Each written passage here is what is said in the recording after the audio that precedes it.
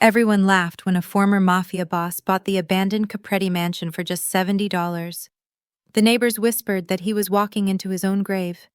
3 buyers before him had vanished without a trace, and the FBI had once discovered a sealed vault in the wine cellar that they couldn't open. But when Salvatore Luciano broke through the bricked-up wall with his grandfather's axe and entered the hidden chamber that had been sealed for 40 years, what he found inside would force the entire underworld to its knees. Before we continue, tell us where you're watching from. And if this story touches you, make sure you're subscribed because tomorrow I've saved something extra special for you. Now let's jump right back in. Salvatore the Axe Luciano stood in the frozen February auction house in Newark, New Jersey, with a leather briefcase and eyes that had ordered more deaths than most men could count.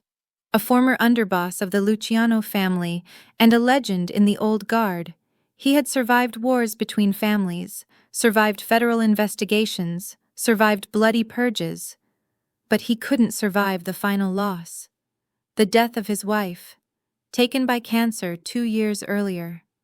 From that day on, Salvatore left the organization, left New York, left everything that had ever defined him. A quiet suburb outside Newark, with its tree-lined streets and forgotten estates, became the place Salvatore came to disappear. No power, no soldiers, no legacy, just silence.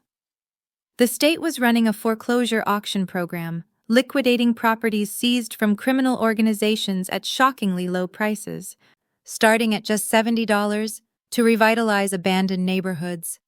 Salvatore didn't have grand plans, no empire to rebuild, no reputation to protect. He just wanted 4 walls, a hearth, a place where at night he didn't have to remember he was the last one standing. On the auction list, he saw a name that made the room temperature drop 5 degrees. The Capretti Manor, a sprawling stone estate once owned by the Capretti crime family, abandoned for over 40 years after a massive FBI raid. No one dared buy it. No one dared enter it. Only rumors remained. Missing informants, sealed vaults, and former owners who walked in and never walked out. When Salvatore went to view the property days before, his elderly neighbor Mrs. Petrov stood behind her frost-covered fence, arms crossed, eyes narrowed in warning. "That house doesn't let people leave," she said, voice sharp as winter wind. "The Caprettis built it on blood." Salvatore just adjusted his fedora, gave a smile cold as the axe handle against his shoulder. He'd built his life on blood. And so he signed up for the auction, held the registration card in his weathered hand, and prepared to buy a house no one else would touch. $70 and all the ghosts of New Jersey's underworld waiting behind the door. The next morning, Salvatore walked into the Essex County foreclosure auction house downtown, a converted bank building with harsh fluorescent lights humming over rows of metal folding chairs. The room was alive with nervous energy. Small-time real estate flippers, a few bargain hunters, and curious locals wanting to see who was insane enough to buy a mafia estate. When the auctioneer, a thin man in a cheap suit, read out, Lot 47, Capretti Manor, starting bid $70, the room went dead silent for 3 seconds before scattered, uncomfortable laughter rippled through the crowd. For years, that property had sat untouched on the list despite the absurd price. When Salvatore raised his paddle, number 23, the only sounds were the scrape of chairs and whispered murmurs that cut like knives. A made man buying a dead family's house. He signing his own death certificate.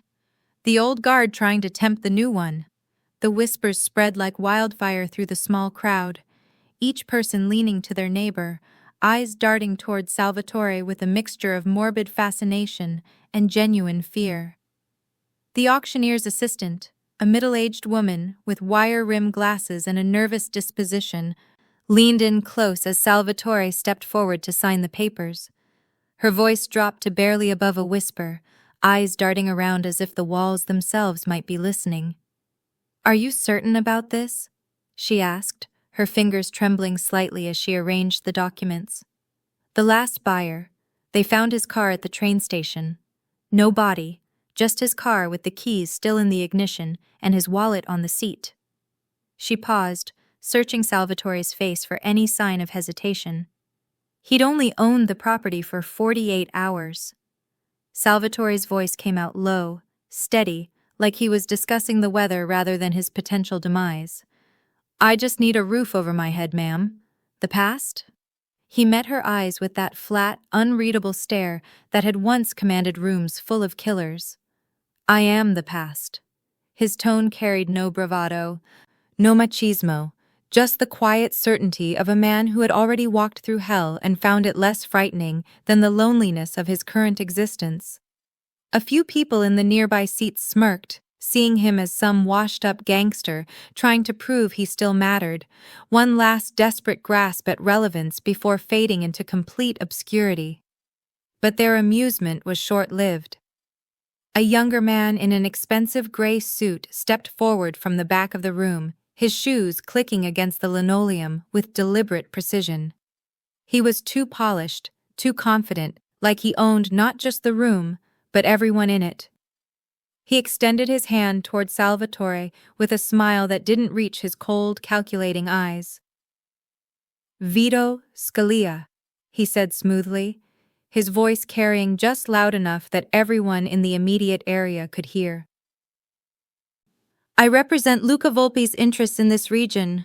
He tilted his head slightly, appraising Salvatore like livestock at market, his gaze traveling from the worn leather jacket to the weathered face with undisguised contempt. You trying to die, old man? That manor isn't a home, it's a tomb. The Caprettis made sure of that before the feds dragged them out. Salvatore looked him dead in the eye. No anger, no challenge, just the quiet, terrifying stillness of a man who had buried his enemies in shallow graves and slept soundly afterward. If it once belonged to devils, he said slowly, each word deliberate and measured, then I'll turn it into a sanctuary. The statement hung in the air between them, neither threat nor promise, simply fact. Vito laughed, but it was the laugh of someone who knew secrets that could kill, who held cards he hadn't yet played. The sound echoed off the institutional walls of the auction house, drawing more attention from the dwindling crowd. He threw out a challenge loud enough for everyone remaining to hear, his voice taking on a theatrical quality. If you survive the first 3 nights without running, without calling the authorities, without abandoning that cursed property, Luca Volpi himself will pay you 10,000 times your $70 to walk away. $700,000 just to leave with your life. He paused, letting the enormous sum sink in. That's the offer. That's how certain we are that you won't last. The room had gone completely silent now, every eye fixed on the confrontation. Even the auctioneer had stopped shuffling his papers, watching the exchange with barely concealed fascination. Salvatore nodded once, without hesitation, without even a moment's consideration. The decision was already made before Vito had finished speaking.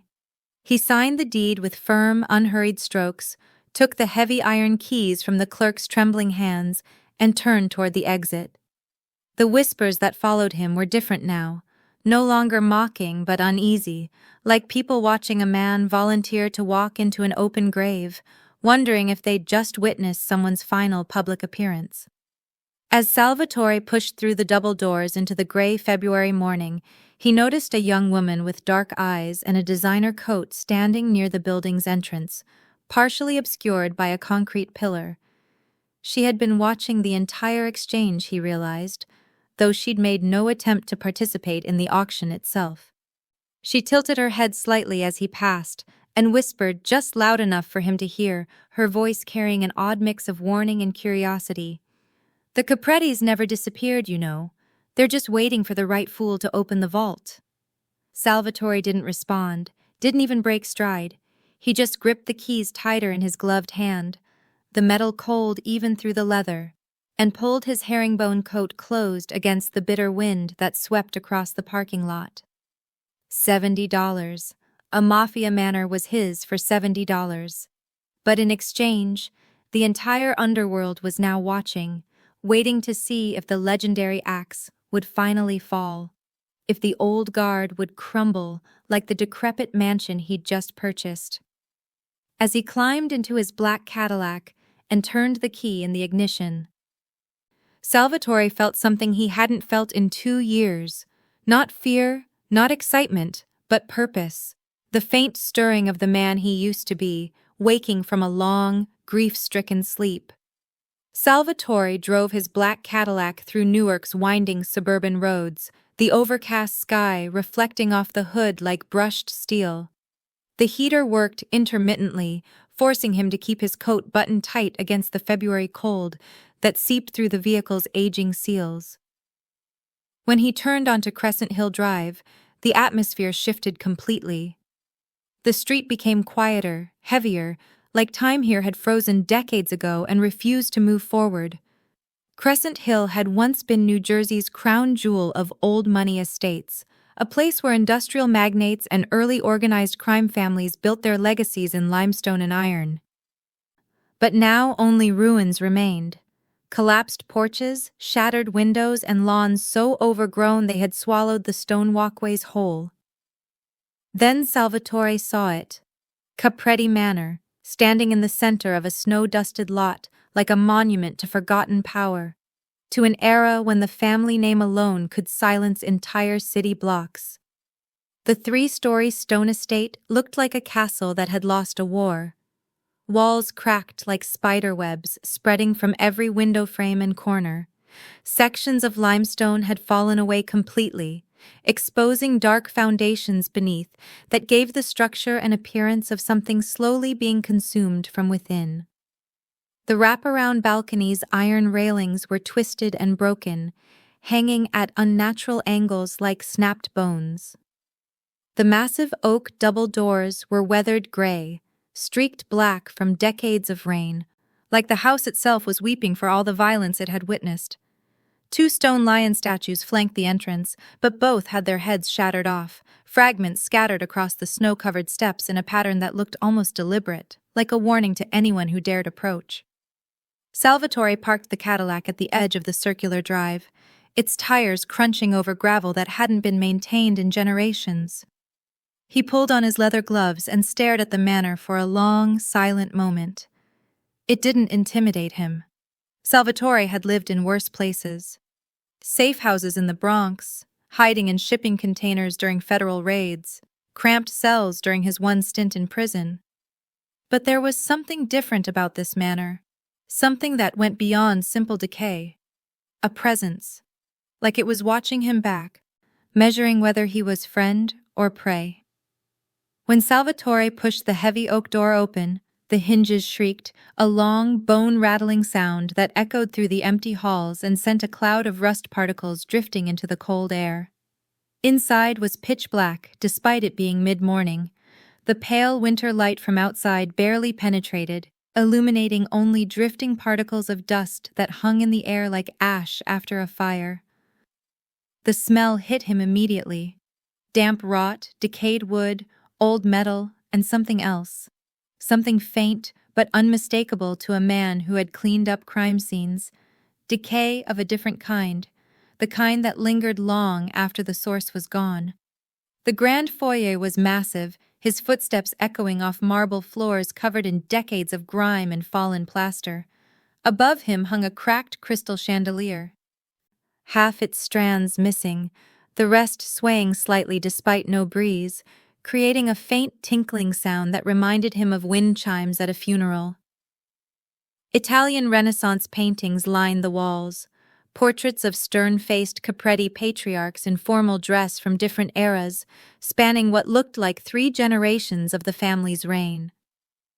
All had been slashed diagonally across the faces, deep cuts that went through canvas and into the plaster behind, as if someone had tried to erase their existence with methodical fury.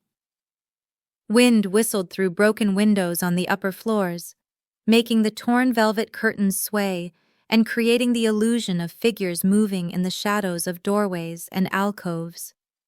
Salvatore moved deeper into the house, his boots leaving prints in the thick dust that covered every surface.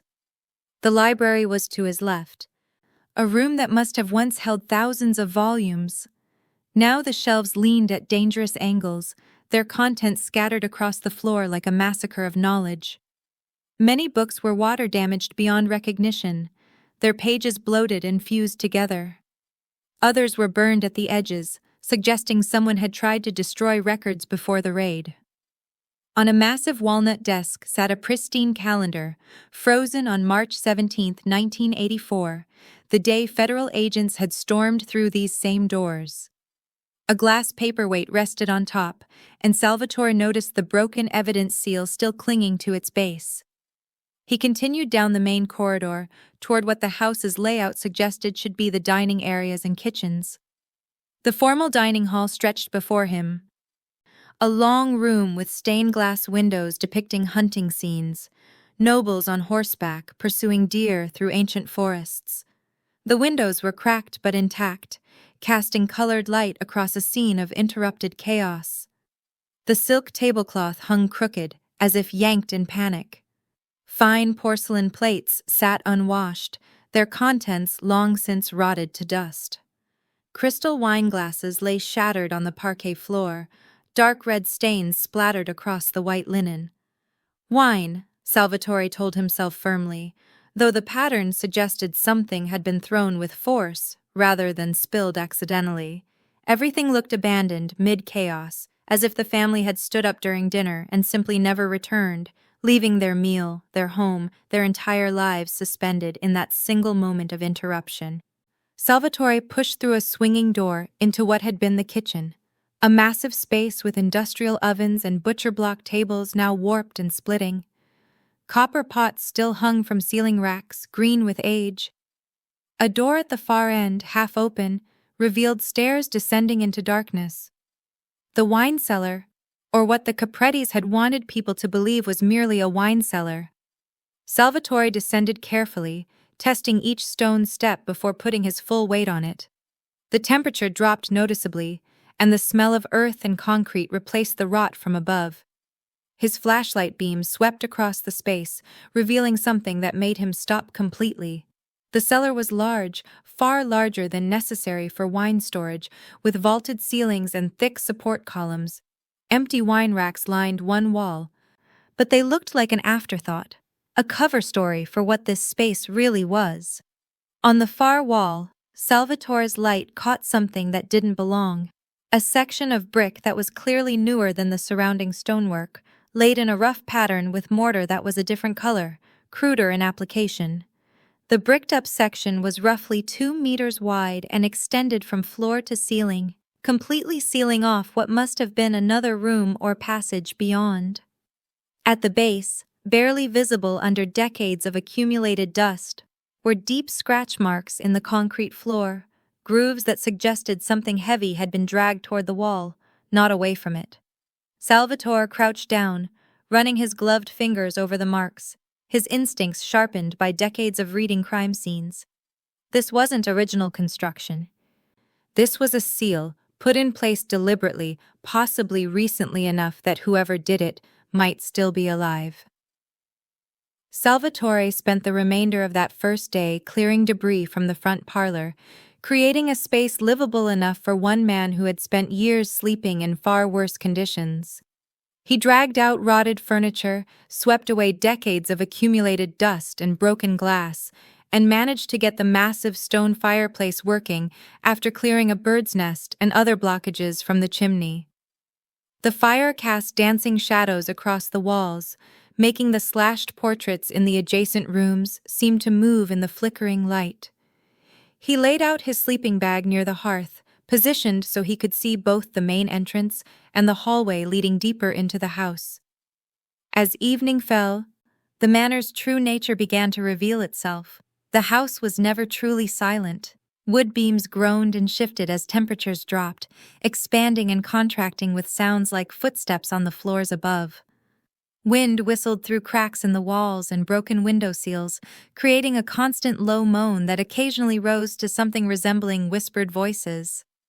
Sometimes Salvatore heard distinct creaks from the second floor, rhythmic and deliberate, like someone pacing back and forth across old floorboards.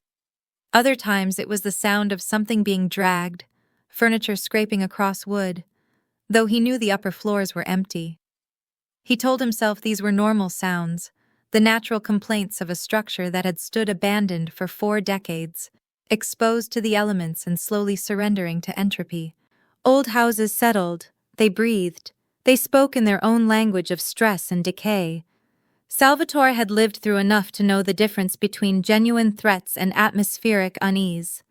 He ate a cold meal from supplies he'd brought, checked the fire, and settled into his sleeping bag as midnight approached. The temperature inside had dropped considerably despite the fireplace, his breath visible in the air beyond the circle of warmth the flames provided. He was not a man who frightened easily, but neither was he fool enough to ignore his instincts. Those instincts, honed through years of survival in a world where missing a warning sign meant death, were telling him something was different about this place. Not haunted in any supernatural sense, but occupied by secrets that had weight, that pressed down on the air itself and made breathing feel like work. At exactly midnight, when the wind outside died completely and the house fell into absolute silence, Salvatore heard it. 3 knocks, deliberate, spaced exactly 3 seconds apart, coming from somewhere below. Tap, tap, tap. Not the random creaking of settling wood or expanding metal, not the scratching of rodents or the impact of debris falling. This was rhythmic, intentional, the kind of sound a human makes when trying to communicate through barriers. A signal. Salvatore sat up slowly, every sense alert. He remained motionless, barely breathing, waiting to see if the sound would repeat. For 30 seconds there was nothing but the crackle of the dying fire. Then it came again, identical in rhythm and spacing. Tap, tap, tap. The sound was definitely coming from below, from the direction of the wine cellar where he had discovered the bricked-up wall earlier that day. He rose from the sleeping bag, pulled on his boots, and grabbed his flashlight. The beam cut through the darkness as he made his way back through the kitchen and down the stone stairs into the cellar. The temperature dropped with each step, his breath forming thick clouds in the flashlight's beam. When he reached the bottom, he swept the light across the space, letting it linger on the sealed section of wall. The scratch marks on the floor seemed more pronounced now, deeper than he'd remembered, though he knew that was just his mind playing tricks in the darkness. Salvatore stood perfectly still, listening. The silence stretched out, became oppressive. He was about to dismiss the sound as some acoustic trick of the old building when he heard it again, this time much closer and unmistakably coming from directly behind the bricked-up wall. Tap, tap, tap. Then a pause, followed by a different pattern. Tap, tap, tap, tap, tap, tap. Someone on the other side was varying the rhythm, demonstrating intelligence, awareness, intention. This was not random. This was communication. Salvatore approached the wall slowly, placed his gloved hand against the cold brick. The surface was rough, the mortar crumbling slightly under his touch. He could feel a faint vibration through the barrier, something beyond that was alive, aware of his presence. The tapping stopped the instant his palm made contact, as if whatever was on the other side could sense him standing there, as if it was waiting for his response, his acknowledgement that the signal had been received and understood. He stood there for a full minute, hand pressed against brick that should have sealed off nothing more than an old storage room or perhaps an abandoned section of the original foundation. But Salvatore knew better. He had spent decades in a world where people disappeared into spaces exactly like this, where basements held secrets that never made it into police reports, where walls were built specifically to hide what should never be found. The Caprettis had not bricked up this section for structural reasons or simple renovation. They had sealed something inside, something they wanted to ensure stayed buried. Salvatore stepped back, his decision already made. He climbed the stairs back to the main floor, walked outside into the freezing February night, and retrieved the one item he had brought from his former life that truly mattered. From the Cadillac's trunk, wrapped in oiled canvas, he pulled out his grandfather's axe. The double-bladed head was heavy, the steel still sharp after decades of careful maintenance. The hickory handle was worn smooth from use, bearing the dark stains of sweat and time. This was the weapon that had earned him his name in the old days, the tool that had made Salvatore Luciano feared across 3 states. He carried it back inside, feeling its familiar weight, the balance perfect in his hands. Whatever was behind that wall, whatever the Caprettis had sealed away 40 years ago, was about to be exposed. Salvatore positioned himself in front of the bricked-up wall, gripping the axe handle with both hands. The weight felt right, familiar. Like shaking hands with an old friend he hadn't seen in years. He drew back and swung with controlled force, the blade connecting with brick in an explosion of dust and fragments. The impact sent a shockwave through his arms, but his grip held firm. The brick crumbled more easily than expected, the mortar having deteriorated over decades of moisture exposure in the cellar's damp environment.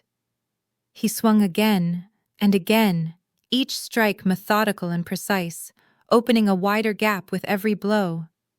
Brick dust filled the air, coating his face and clothes in a fine gray powder. After the 7th strike, he'd created a hole large enough to shine his flashlight through. The beam revealed not another section of cellar, but something else entirely.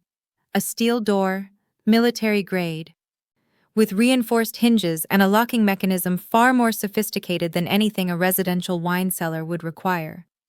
Salvatore cleared away more brick until he could access the door fully. The lock was industrial, the kind used in bank vaults or government facilities, rusted but still intact. He wedged the axe blade into the gap between door and frame, using the tool as a lever rather than a weapon. His muscles strained under the herringbone coat as he applied pressure, feeling the metal resist, then slowly begin to give. The lock mechanism was old, corroded by time and moisture. With a sharp crack that echoed through the cellar, the bolt snapped free. The door swung open with a groan, like something waking from a very long sleep. Cold air rushed out, colder than the cellar itself, carrying the smell of concrete, stale water, and something else. Fear. Old fear that had soaked into the walls and never left. Salvatore stepped through into a chamber roughly 3 meters square. The walls poured concrete rather than brick, the ceiling low enough that he had to duck slightly. This was not original construction. This had been added by the Caprettis for a specific purpose, built to contain something they never wanted found. In the far corner, partially hidden in shadow beyond his flashlight beam, something moved. Salvatore swung the light toward the movement and froze. A young woman sat huddled against the wall, arms wrapped around her knees, long dark hair hanging in matted strands across her face. Her skin was pale, almost translucent, her collarbone and wrists visible in sharp relief, like she hadn't eaten properly in weeks. She wore jeans and a torn sweater, clothing that looked like it had once been normal but was now stained and deteriorated. Clutched against her chest, protected by her folded arms, was a thick, leather-bound book. A ledger, from the look of it, the kind old families kept for recording business transactions they didn't want in official records. When Salvatore's flashlight beam hit her face, her eyes opened wide, dark circles underneath making her look even more skeletal. Her voice came out as a hoarse whisper, trembling with exhaustion and raw terror. "Don't take me back to them, please. I don't know how long I've been here." Her fingers tightened around the ledger, knuckles white. "Don't let them take me again." Salvatore slowly lowered the axe, setting it carefully against the wall where she could see it was no longer in his hands. He crouched down, making himself smaller, less threatening, and extended one weathered hand toward her with the careful slowness of someone approaching a wounded animal. "You're safe now," he said softly, his deep voice carrying unexpected warmth. I'm not one of them. My name is Salvatore. What's yours? The woman stared at him for a long moment, searching his face for any sign of deception or danger. Then her lips trembled, tears finally breaking free after what must have been days or weeks of holding them back. Elena, she whispered.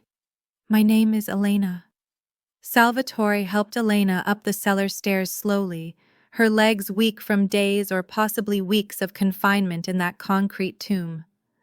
She clutched the ledger against her chest like a lifeline, refusing to let it go even as she leaned heavily on his arm for support. He guided her to the parlor where the fire still burned low, wrapping his own coat around her shoulders as she collapsed onto the sleeping bag. Her breathing was shallow, her eyes darting constantly toward the windows and doorways as if expecting someone to burst through at any moment. How long have you been down there?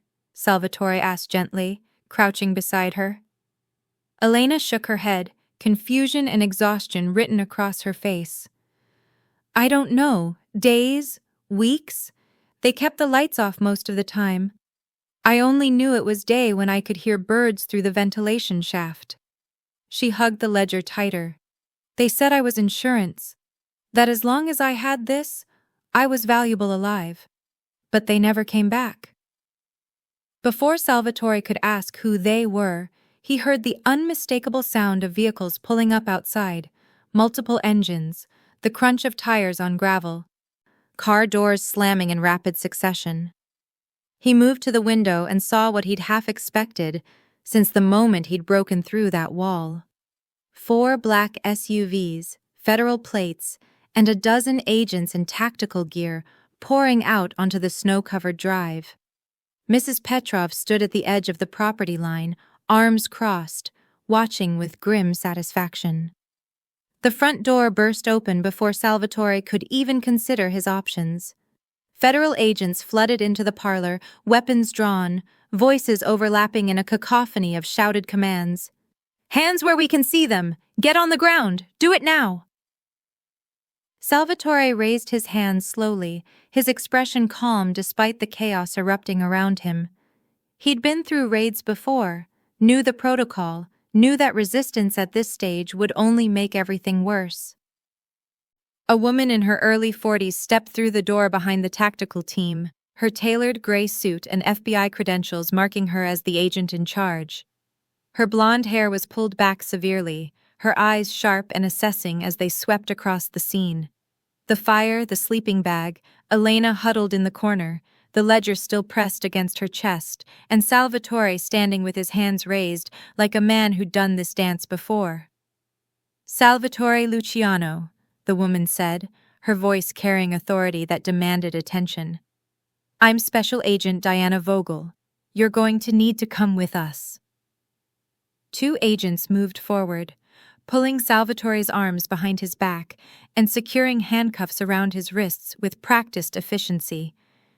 He didn't resist, didn't speak, just kept his eyes on Elena as other agents approached her carefully.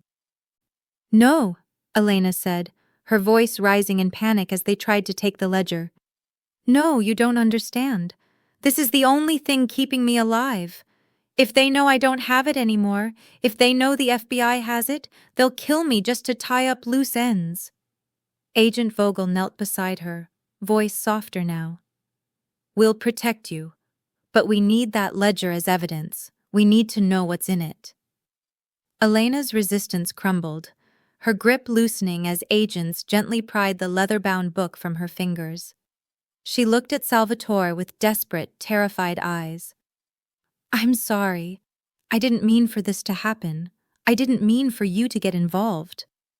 Salvatore shook his head slightly, a gesture that said it wasn't her fault, that he'd made his choice when he'd swung that axe.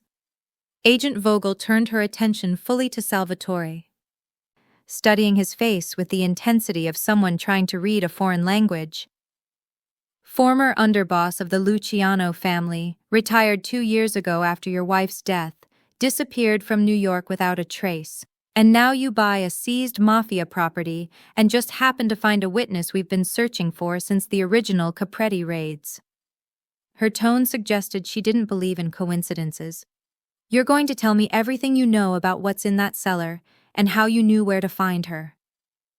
Salvatore was led outside in handcuffs, placed in the back of an SUV, while agents swarmed through his new property like locusts, documenting everything, photographing the broken wall, the cellar chamber, the scratches on the floor.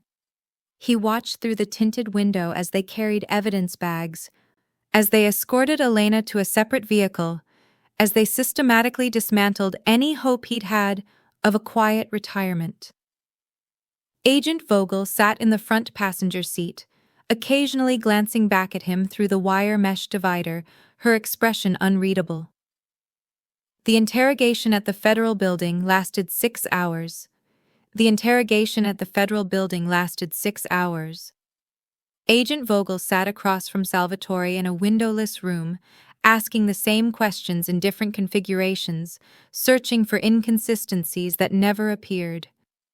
He told her the truth because lies would only complicate things.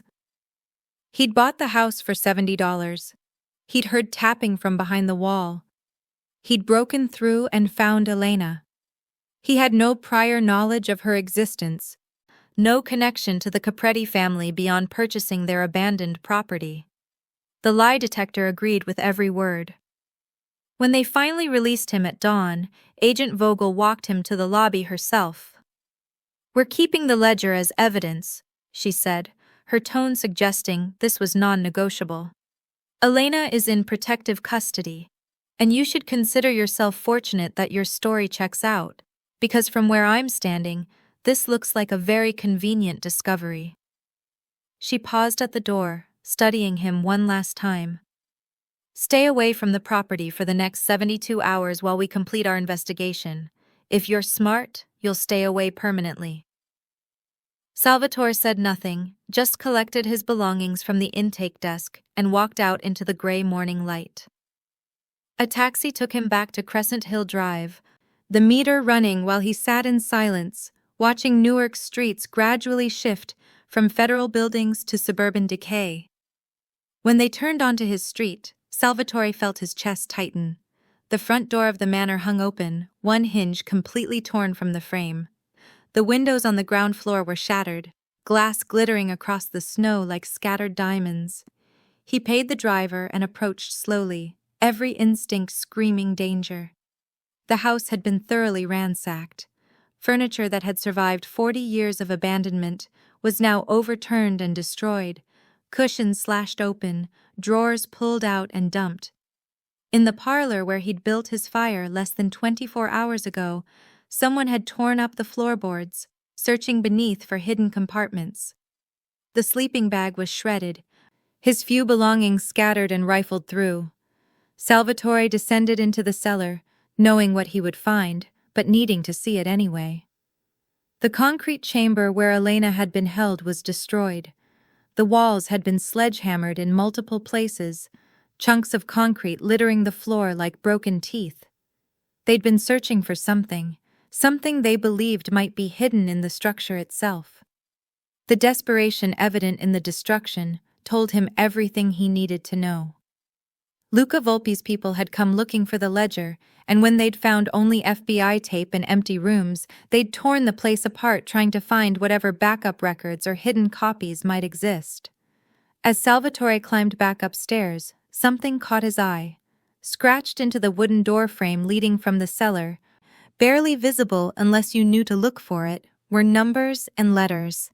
Not random vandalism but deliberate markings, carved with something sharp while the wood was still relatively fresh. Elena had left him a message. The sequence read C7V14 L2 K9, repeated twice to ensure it wasn't mistaken for accident or coincidence. Salvatore recognized it immediately as a cipher key, the kind of simple substitution code that old families used before everything went digital. Chapter 7, Verse 14, Line 2, Key 9. It was referencing something, but what? He stood in the destroyed kitchen, surrounded by overturned cabinets and shattered dishes, trying to think like someone who'd spent weeks locked in darkness with nothing but a ledger for company. Elena had memorized something important enough to risk leaving coded instructions despite knowing Luca's men might find them first. Then it clicked. The ledger itself wasn't the only record. The Caprettis were old school, paranoid, the kind of family that kept backup records in multiple locations precisely because they knew raids happened, that evidence got seized, that single points of failure were vulnerabilities. Elena's message wasn't about the ledger Agent Vogel had taken.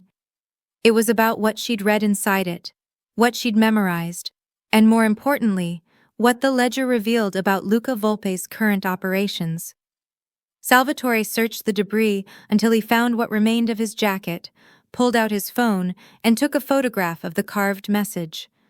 The numbers and letters glowed in the harsh morning light, filtering through broken windows. C7V14L2K9. Whatever Elena had learned in that sealed chamber, whatever secrets the Capretti ledger contained, she'd found a way to communicate them despite being taken into federal custody. The code was sophisticated enough to mean nothing to casual observers, but simple enough that someone with experience in organized crime would recognize it as intentional communication. The question now was whether Salvatore would decode it, whether he would allow himself to be pulled deeper into something that already had federal attention and had clearly attracted Luca Volpe's violent interest.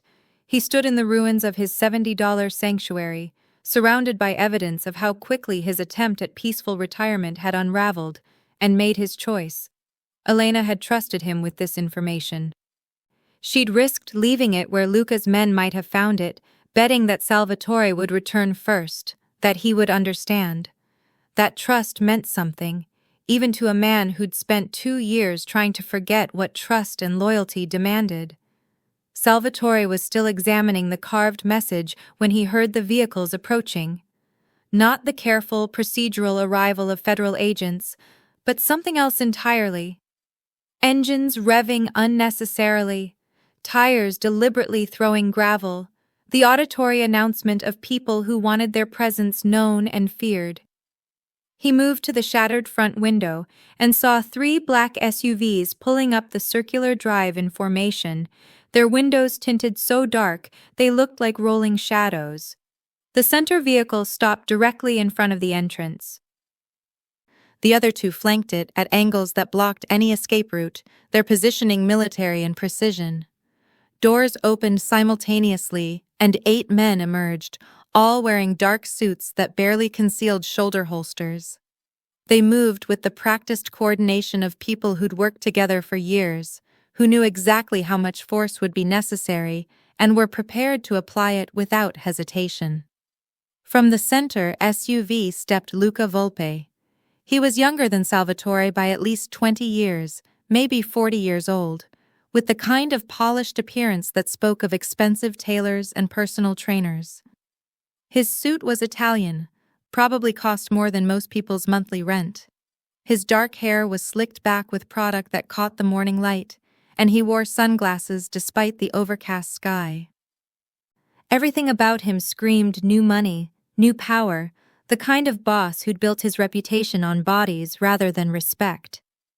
Luca walked toward the ruined entrance with casual arrogance, his men forming a loose perimeter around him. He stepped through the broken doorway without knocking, without announcing himself, because men like him believed they owned every space they entered. His eyes swept across the destruction his people had already inflicted, taking in the overturned furniture, the slashed sleeping bag, the broken floorboards with visible satisfaction. "Salvatore Luciano," Luca said, removing his sunglasses with theatrical slowness. "The legendary axe.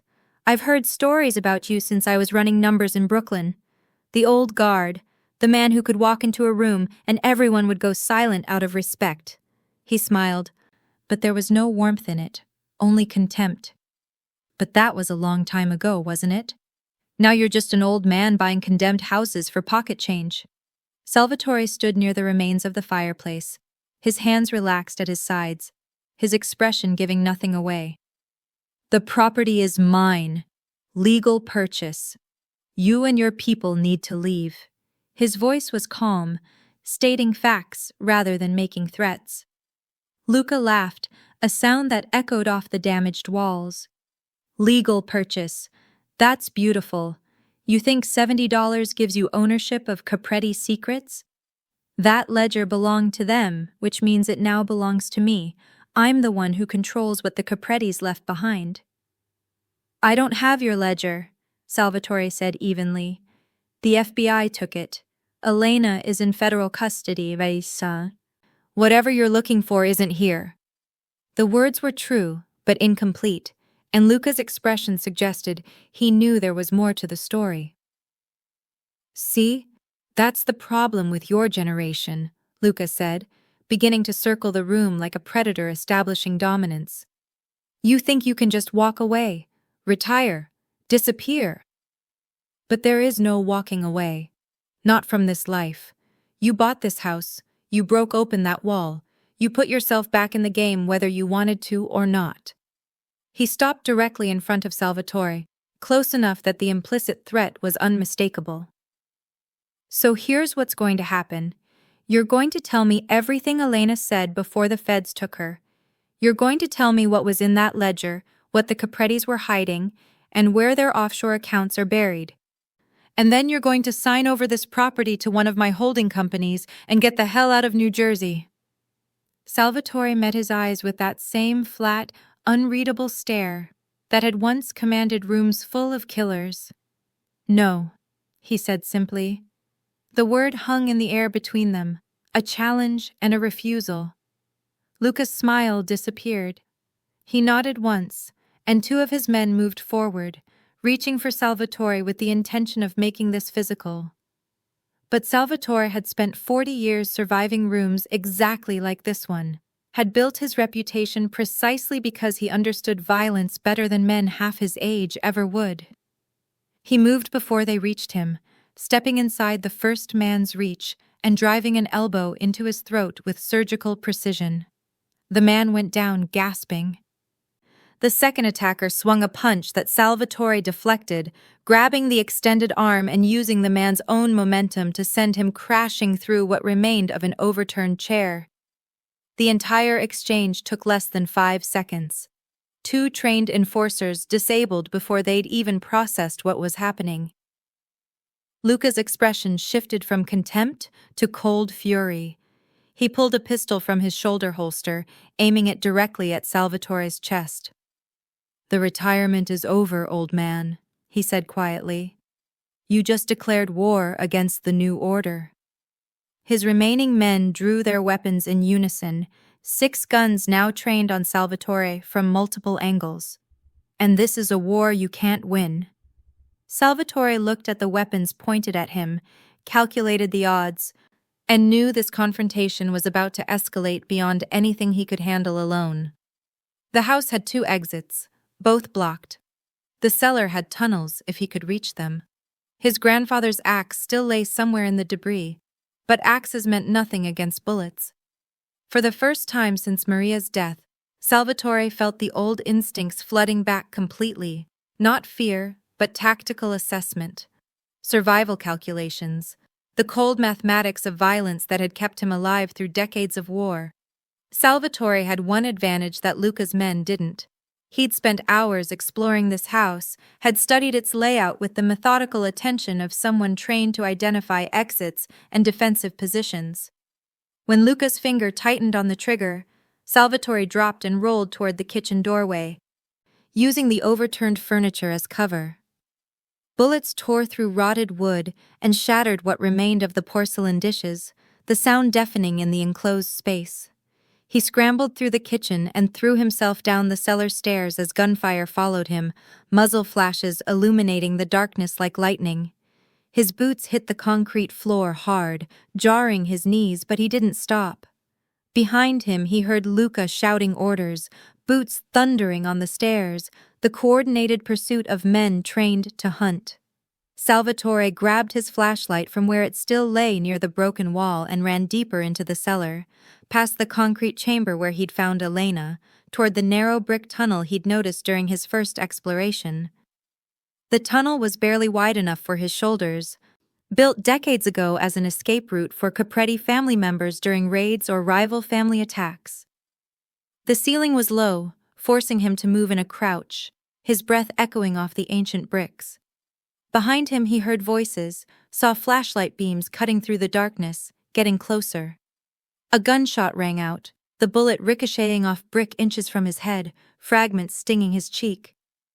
The tunnel angled downward, then sharply to the left, opening into what must have been part of the original Prohibition-era smuggling network that ran beneath this entire neighborhood. Salvatore had read about these passages in local history. Networks of tunnels connecting speakeasies and warehouses, most collapsed or sealed decades ago. But the Caprettis had maintained theirs, kept them functional for exactly this kind of emergency. He ran through the darkness, his flashlight beam bouncing wildly, revealing glimpses of brick archways and rotted wooden supports. The air grew colder, damper, carrying the smell of the river. Behind him the pursuit continued, but the tunnel's twists and narrow passages were slowing them down, forcing Luca's men to navigate carefully while Salvatore moved with the desperate speed of a man with no other options. After what felt like hours, but was probably only minutes, the tunnel opened into a wider space. Cold air hit his face, and he realized he'd reached the river. An abandoned boathouse stood at the water's edge, its wooden structure barely standing, more holes than walls. Salvatore ducked inside, crouched behind rotted pilings, and pulled out his phone. His hands were steady despite the adrenaline.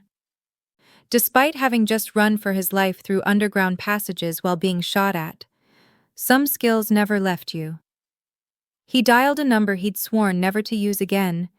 It rang 3 times before a familiar voice answered, rough with sleep and suspicion. "This better be worth waking me up." Dante Moretti, his former captain, the man who'd served beside him for 20 years. "It's Salvatore," he said quietly. "I need you to listen carefully because I don't have much time." He heard Dante's sharp intake of breath, could imagine the older man sitting up in bed, instantly alert. "Boss? We thought you were dead. We thought you'd disappeared for good." "I tried to," Salvatore said, "but the past found me anyway." He quickly explained the situation. The manor, Elena, the ledger, Luca Volpe's attack. He recited the code Elena had carved into the doorframe, knowing Dante would understand its significance. C7V14L2K9. That's the key to whatever the Caprettis were hiding, whatever Luca is desperate enough to kill for. The ledger the FBI has is evidence, but this code is leverage. Silence on the other end, while Dante processed the information. Then his voice came back, harder, focused. "What do you need?" Salvatore closed his eyes, feeling the weight of the decision settling over him like his grandfather's coat. For 2 years he'd tried to be anything other than what he was. For 2 years he'd believed he could walk away, could leave behind the violence and the power and the responsibility. But Elena's terrified face kept appearing in his mind, her whispered plea not to let them take her again. And he knew that retirement had always been a lie he'd told himself. "I need a full crew," Salvatore said. "Everyone we can trust. Everyone who remembers the old ways." He paused, hearing footsteps in the distance, Luca's men still searching. "Luca Volpe thinks he's the new order. He thinks the old guard is finished. I need you to help me show him what happens when you wake the dead." Dante's laugh was low and dangerous. "The axe is back." It wasn't a question. Salvatore looked out at the gray river, at the city he'd tried to leave behind. "The axe is back," he confirmed. "And this time, we're going to war."